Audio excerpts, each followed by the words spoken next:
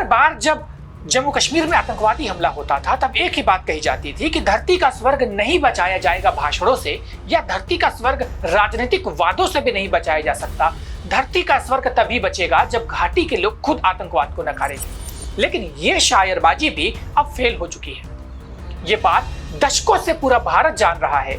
पूरा भारत ये समझ रहा है कि कश्मीर के मुस्लिम निवासियों को आतंकवाद ही चाहिए। आज जो ये कश्मीर और विपक्ष के नेता इस आतंकवादी घटना पर सरकार का साथ देने की बात कर रहे हैं ना, हाथ में प्रोटेस्ट करते चल रहे हैं कि हम सरकार के साथ हैं, पाकिस्तान को पाठ सिखाओ मोदी जी, और कश्मीर के नेता भी कह रहे हैं, ये सिर्फ इसलिए कर रहे हैं क्योंकि उनको अपनी कुर्सी बचानी। 2014 के बाद कांग्रेस सत्ता से बाहर हो गई।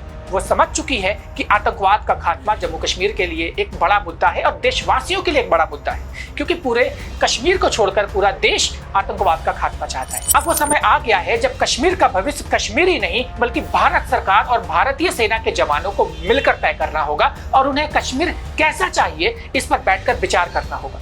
कश्मीरियों ने तो बार बार हमें ये दिखाया है, बार बार भारत के पीठ पर छुरा भोंका है और ये दिखाया है कि उन्हें वही 20-25 साल पुराना वाला कश्मीर चाहिए, जबकि सरकार ने उन्हें अनुच्छेद 370 हटाने के बाद एक शांति वातावरण, एक शांति, एक बिल्कुल शांत और सुंदर सा कश्मीर उन्हें बनाकर दिखाया, और आज वहां डेवलपमेंट हो रहा है। लेकिन फिर भी इन कश्मीरियों ने उसे नकारा और फिर से आतंकवाद को उन्होंने एक्सेप्ट किया।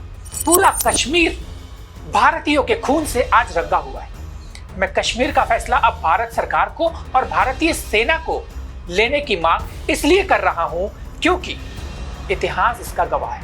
भारत के मुकुट को भारत से तोड़कर पाकिस्तान का हिस्सा बनाना इन कुछ कश्मीरियों की एक प्रोपेगेंडा है जिसमें पूरा कश्मीर फंसा हुआ। मैं ऐसा क्यों कह रहा हूं, इसका एक रिकॉर्ड बताता हूं, उंगलियों पर गिनिएगा।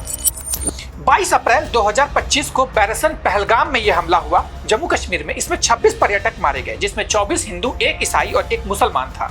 यह हमला द रेजिस्टेंस फ्रंट ने किया। 28 जुलाई 2012 अनंतनाग जम्मू कश्मीर में हमला हुआ, 2 पर्यटक मारे गए, ग्रेनेड से यह हमला किया गया था।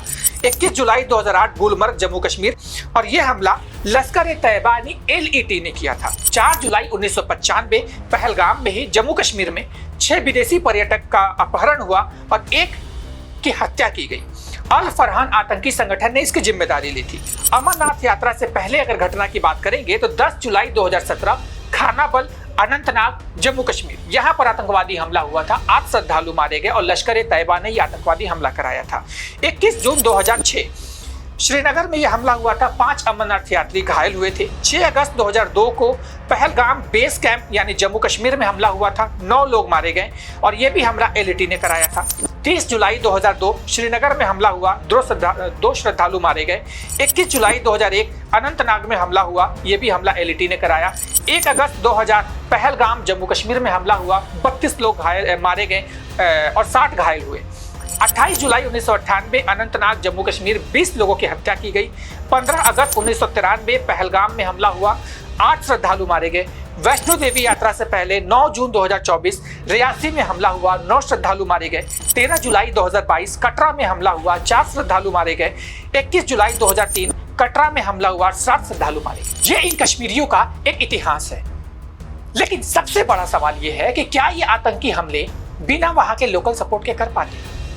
क्या ये हमला ये नहीं दर्शाता कि वहां की लोकल कश्मीरियत, वहां के लोकल लोगों का समर्थन आतंकवादियों को प्राप्त था?